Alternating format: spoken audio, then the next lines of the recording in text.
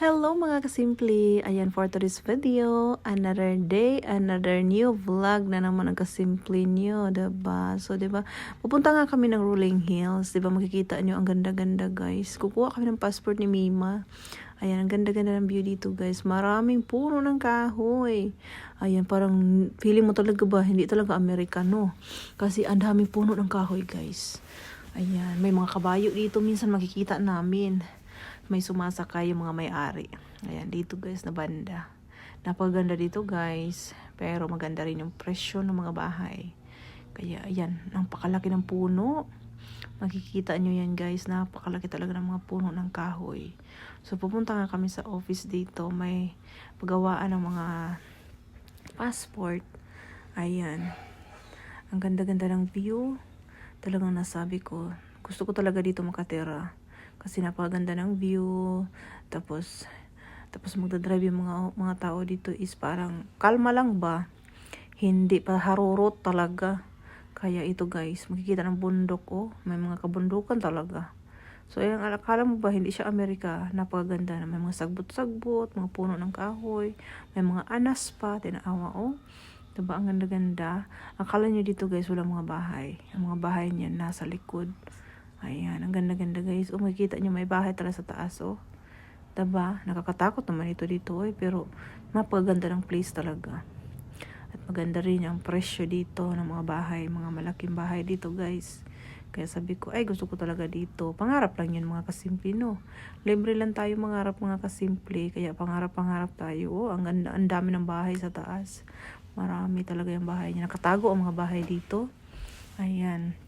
So ito na nga, habang ako ay nakaupo lang talaga sa Papangkano, ayan. Nakapasok na, dumating na nga kami dito sa passport area.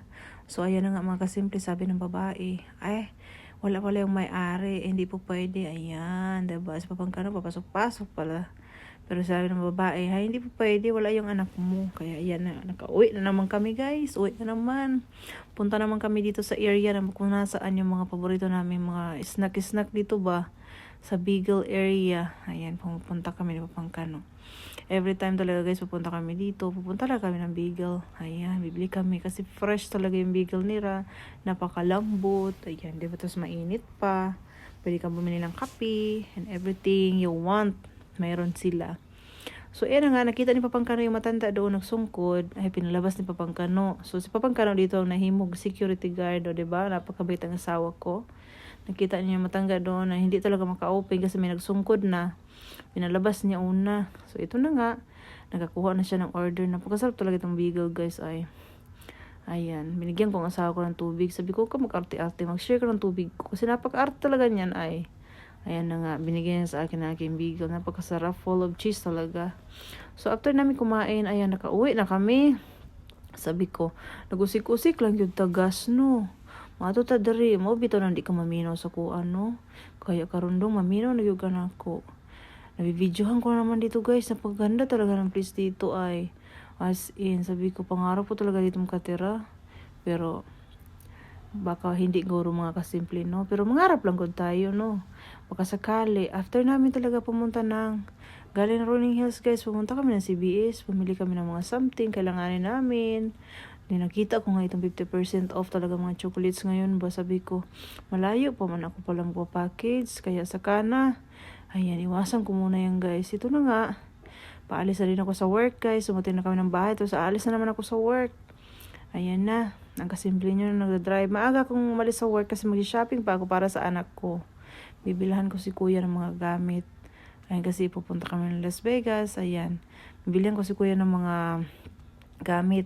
Minom pala ako ng kape guys. Nagdala ko ng kape ko kasi sobrang lamig talaga ngayon sa Amerika. Kaya hindi ko talaga kaya. Araw-araw talaga mga kasimple kaya mga kape tayo. Ayan. Inaayos ko muna ang kape ko. Baka mayabo pa. Pag-drive natin. Ayan. Parang aruhay na talaga ang kasimple nyo. Marami ng pera dito sa Amerika. Ayahay na talaga ang yayamanin. Ayan, diba? May sarili na sasakyan. Nakidrive lang ako. Hindi ang sarili ko. Kay Papangkano yan.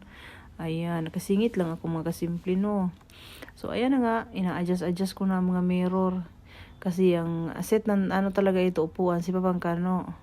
Kasi siya nag-drive kanina. So, ayan, ako sisit ko naman para sa size ko. O, diba, sa mga mirror, mga kasimple, kaya i-adjust mo talaga yan. Para makita mo yung sino yung nasa gilid mo, sino yung nasa left and right mo. At saka sa back. Kailangan nakasit lahat, mga kasimple.